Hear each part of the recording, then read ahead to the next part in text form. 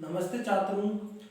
Last video में अपन ने पढ़ा था संश्लेषित रेशमी के बारे में। आज अपने को पढ़ना है प्लास्टिक के बारे में। प्लास्टिक क्या होती है?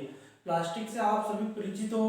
जैसे प्लास्टिक से विभिन्न प्रकार के अपने उपकरण बनाए जाते हैं, जैसे कुर्सी बनाई जाती है, पॉलीथीन बनाई जाती है, विभिन्न प्रकार की थैलियों का निर्माण किया जाता है।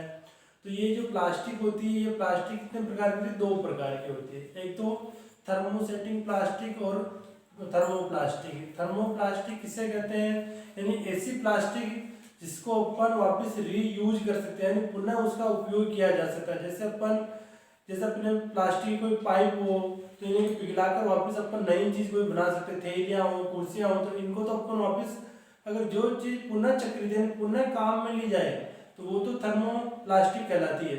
और थर्मोसेटिंग प्लास्टिक यानी जिससे जिससे अगर एक बार कोई चीज बना दी तो उसका वापस पुनः उपयोग नहीं किया जा सकता, उन्हें थर्मोसेटिंग प्लास्टिक कहते हैं। यानी थर्मोसेटिंग प्लास्टिक से जब अपने बिजली के जो बोर्ड होते हैं उनके स्विच बनाए जाते हैं। तो जैसे एक बार इनका अगर निर्माण हो गया तो पुनः इनको वापस पिघलाकर नई चीज कोई नहीं बना सकते अपन। तो इनके बारे में लिख लेते हैं। प्लास्टिक दो प्रकार की होती है।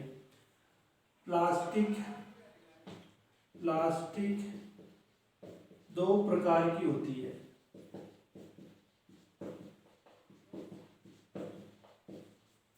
थर्मोप्लास्टिक फर्स्ट है, थर्मोप्लास्टिक, और दूसरी है थर्मोसेटिंग प्लास्टिक। Thermosetting plastic.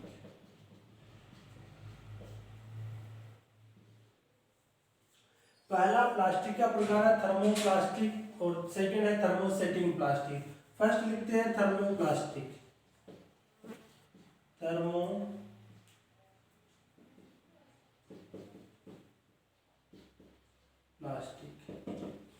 यानी ऐसी प्लास्टिक जो गर्म करने पर आसानी से विकृत है, यानी विकृत यानी अपनी आकृति में परिवर्तन हो जाता है। यानी अगर उसको पहले जो आकृति थी उसको बदलकर अपन नई आकृति में बना सकते हैं, तो उससे तो अपन थर्मोप्लास्टिक कहते हैं। ऐसी प्लास्टिक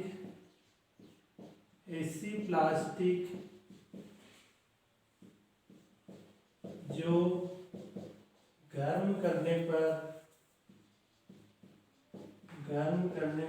आसानी से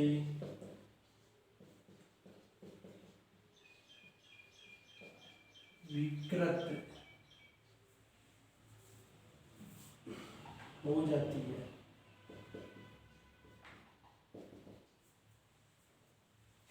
और सरलतापूर्वक मोड़ा जा सकता है, और सरलतापूर्वक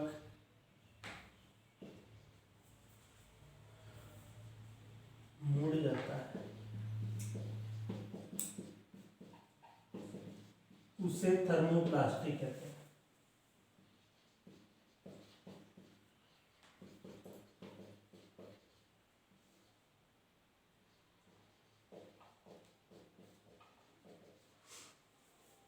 एक बार वापस से परिभाषा लिखते हैं। ऐसी प्लास्टिक जो गर्म करने पर आसानी से विकृत हो जाती है और सरलतापूर्वक मुड़ जाता है, उसे अपन थर्मोप्लास्टिक कहते हैं।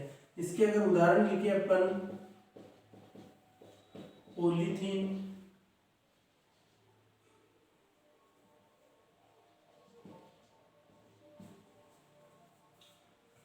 उसके बाद ये कुर्सियां बनाने में,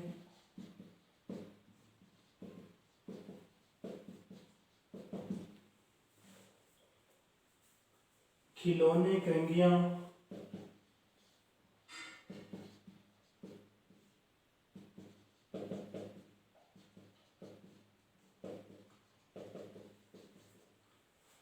ये जो प्लास्टिक होती है जैसे पॉलीथीन यानी थैलियां बनाने के अंदर, कुर्सियां बनाने में, खिलौने बनाने में, विभिन्न प्रकार के प्लास्टिक की कंघियां बनाने में, तो इनका उपयोग अपन वापस यानी इनको पिघलाकर वापस नई चीज बना सकते हैं। यानी विभिन्न प्रकार के प्लास्टिक के डिब्बे बनाने में तो उनको भी वापस पिघला सकते हैं अपन। Thermosetting plastic.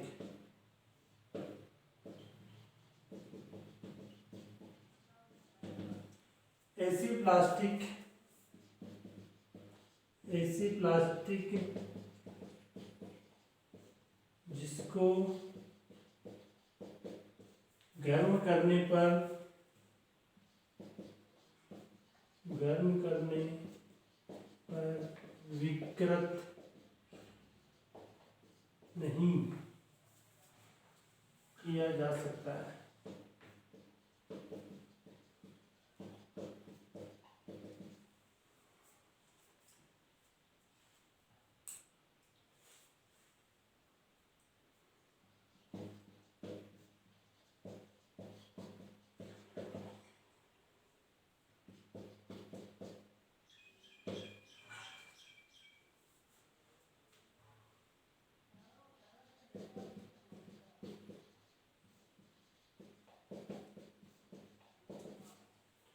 ऐसी प्लास्टिक जिसको गर्म करने पर विकृत नहीं किया जाए, यानी उनकी आकृति में कोई चेंजेस नहीं किया जा सकता, उसे अपन थर्मोसेटिंग प्लास्टिक कहते हैं।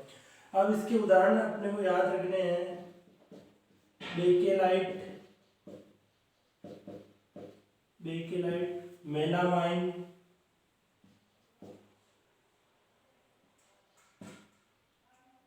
मेलामाइन, थर्मोसेटिंग जो प्लास्टिक के उदाहरण होते हैं बेकेलाइट, मेलामाइन, और इनका उपयोग कहाँ किया जाता है कि अपने विभिन्न प्रकार के लाइट के स्विच बनाने में थर्मोसेटिंग प्लास्टिक का उपयोग किया जाता है।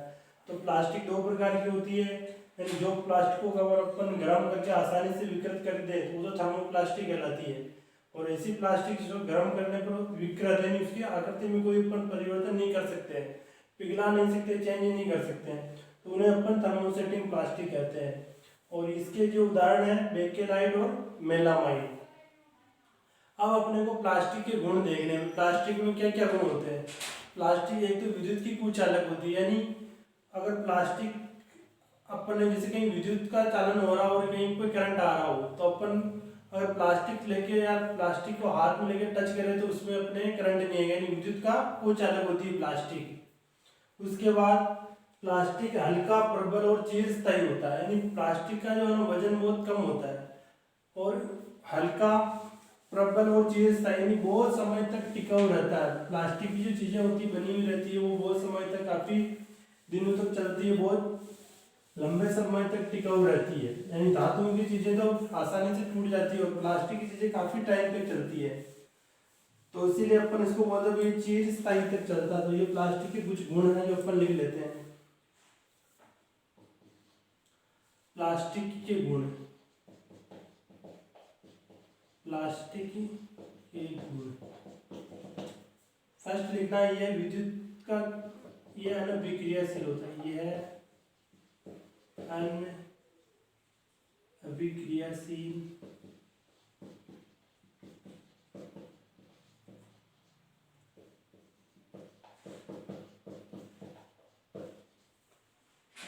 तो फर्स्ट लिखा है अभिक्रियाशील होता है, यानी ये किसी भी चीज के साथ कोई अभिक्रिया नहीं करता। यानी जैसे इसके ऊपर पानी गिरा दो, कुछ भी चीज गिरवा दो या कुछ कोई भी धातु रख दो तो किसी के भी साथ कोई अभिक्रिया नहीं करता, यानी जैसी इसकी आकृति है वैसी की वैसी रहेगी, यानी कुछ भी इसमें चेंजेस नहीं होगा। चाहे कितने टाइम तक किसी भी चीज को इसके ऊपर रखो, इसके साथ रखो, तो कोई चेंजेस नहीं आएगा। फिर ये विद्युत का कुचालक होता है, यह विद्युत का कुचालक होता है, कुचालक होता है, यानी इसके अंदर विद्युत धारा का प्रवाह नहीं होता। प्लास्टिक के अंदर क्या होता है कि विद्युत धारा का प्रवाह नहीं होता। विद्युत का प्रवाह किसमें होता है? धातु के अंदर होता है। तो प्लास्टिक के अंदर कुचालक यानी धारा का ये चालन नहीं करता, और सुचालक क्या होता है? धारा का चालन करता है। इनके अंदर करंट प्रवाहित होता है तो वो तो सुचालक होते हैं, और जिसके अंदर करंट प्रवाहित नहीं होता वो कुचालक होते हैं। तो इनके अंदर विद्युत धारा का प्रवाह नहीं होता है। फिर इसके बाद प्लास्टिक प्रबल, प्रत्यास्थ,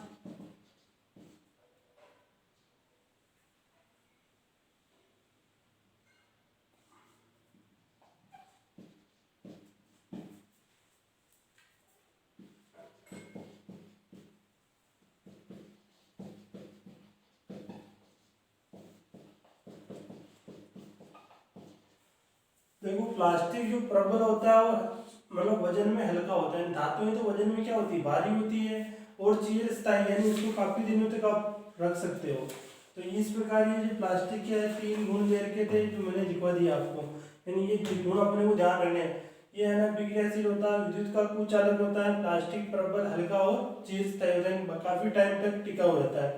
उसके बाद जो प्लास्टिक है इनका अपशिष्ट कितने टाइम में होता है इसके आपकी इंडेक्स बनी हुई एक सारणी दे रखी है। सब्जियां फलों के छिलके आदि 1 से 2 सप्ताह के अंदर इनका ये जो पदार्थ होते हैं ये जैव निम्नीकरण हो जाता है, यानी इनका वापस ये अपघटित हो जाते हैं। कागज कागज एक मतलब 10 से 30 दिनों के बीच जैव निम्नीकरण यानी ये वापस कचरे के रूप में बन जाता है।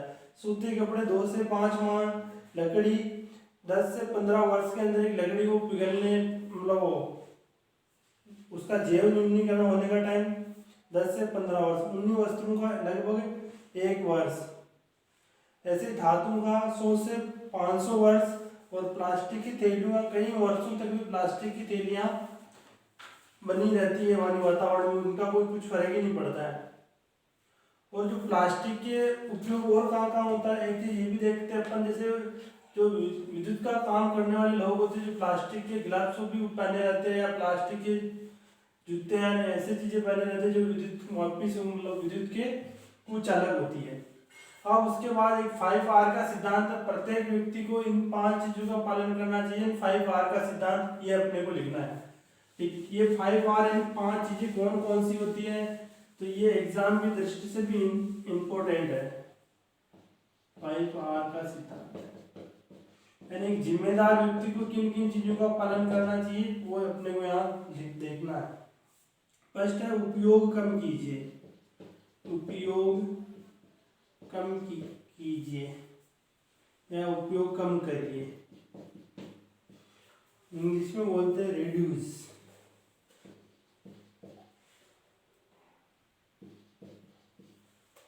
सेकंड है पुनः उपयोग कीजिए, पुनः उपयोग करिए, रीयूज। उसके बाद थर्ड है पुनः चक्रित कीजिए, पुनः चक्रित कीजिए, कीजिए या करिए, रिसाइकल।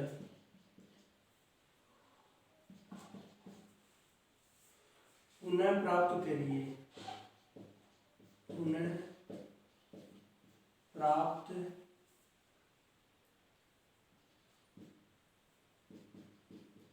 करिए, रिकवर।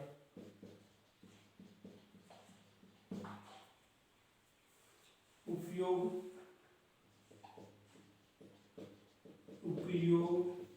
ना करना, रिफ्यूज।